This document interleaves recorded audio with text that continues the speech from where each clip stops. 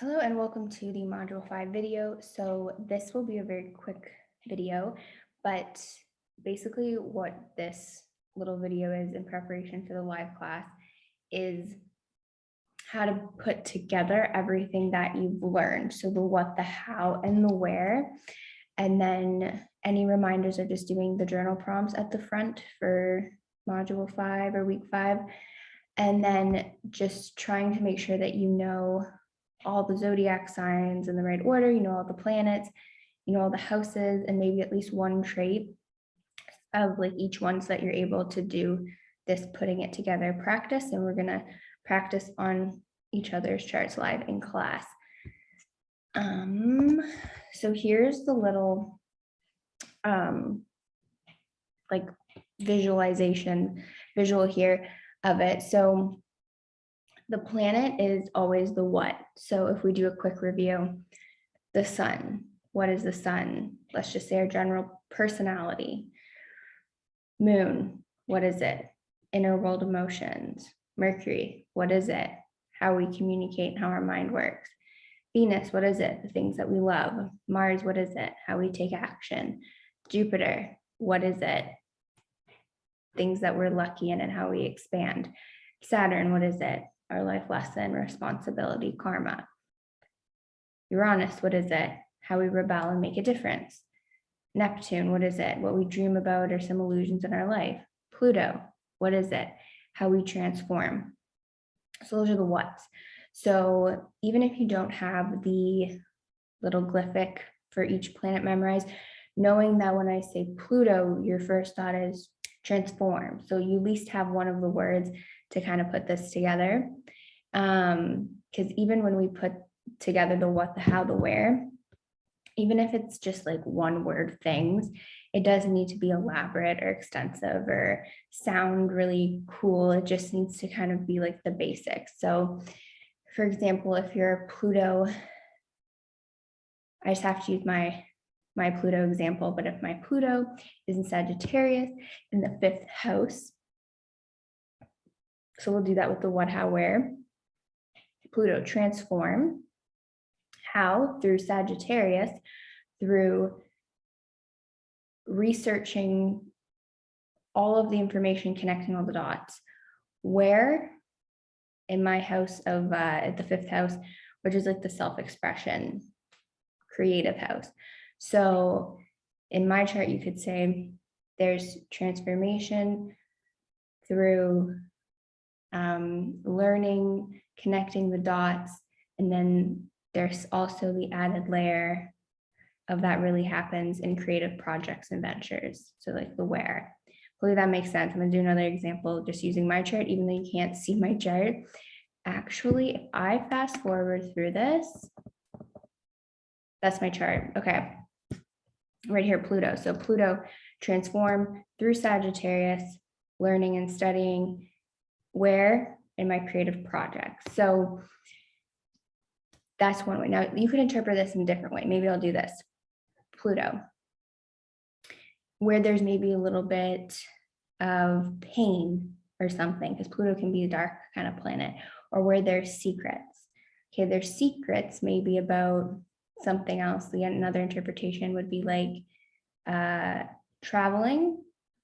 And then in here would be like the theme of self-expression. So like you gotta I picked such a hard one to go through being Pluto, but like there's different ways of interpreting it. So I'm gonna do another one to kind of make it easier. I'm gonna use a personal planet. If you're like, what are personal planets? Personal planets are Sun, Moon, Mercury, Venus, Mars. They affect us, you know, like day to day. It's like our general personal makeup.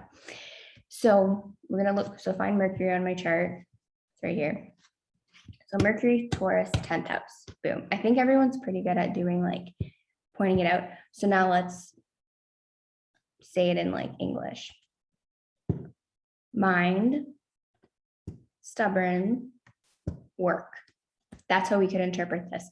My mind is stubborn at work. There's one interpretation. Next, the what will never change. It's the mind, right? So the mind, like structure,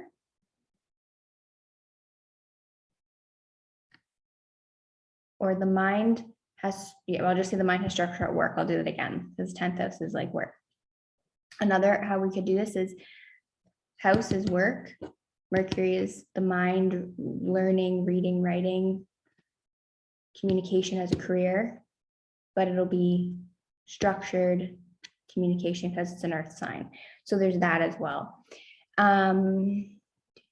I'll do this one, Jupiter, Aquarius, 8th house, find that. Jupiter, Aquarius, 8th house. Expansion through astrology, because it's Aquarius. And then like, where is that going to show up in expansion through astrology? 8th house, Scorpio, uncovering deep shadowy topics, or like using astrology as like a detective tool. Hopefully that makes sense. One could also say expansion through, I mean, I said astrology because Aquarius was astrology, but even just like any kind of data, numbers, research, learning, math, science, anything like that, you sort of, well, I can use all of that, the learning, the studying to,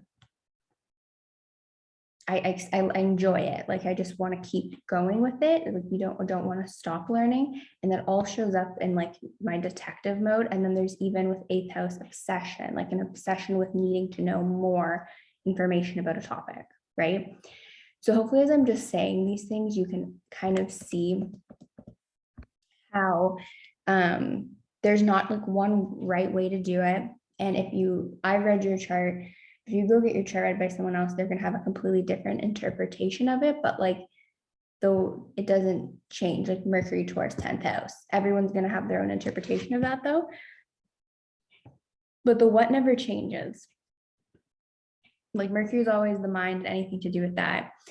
But how you interpret that zodiac energy could be there's so many different like facets to it. So hopefully that makes sense what we're gonna do, but it can be very simple, like what I said before. Oh, Mercury and Taurus also, I repeat things, but Mercury, Taurus, 10th house. Mind repeats things at work. I keep just going back to the at work, but there's so many different things that you Taurus, if we think back, music, the throat energy here, the mind likes music. Maybe that's somehow involved with the work or how the person is seen at their public reputation. What did I just say? Or speaking. So it's like speaking what's on their mind at work. So there's all these different ways. And so if you're doing this for yourself to kind of just know how to uncover your chart, it's cool to know how many different things that a placement can kind of explain about your natural personality. If you wanted to read a chart for like your friend or a family member, there's many different ways that you can interpret the chart, like intuitively, and there's like no wrong way to do it unless you're looking at Mercury and you're like, so the things you love, but it's like, nope, that's Mercury, that's the mind, right? The things we love, Venus, right?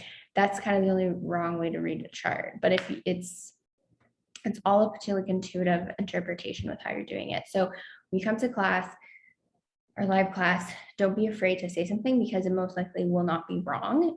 That's how you're intuitively picking it up. And also like, there's so many different ways. I'm just sticking with Taurus. There's so many different words you can use to describe Taurus that like, it's not going to be wrong. It's just like a puzzle piece you're putting together and you just kind of have to kind of make it like flow in a sentence, right? So that's everything for this week because I'm going to like ramble on and say the same thing over and over again. So I'll see you in the next class.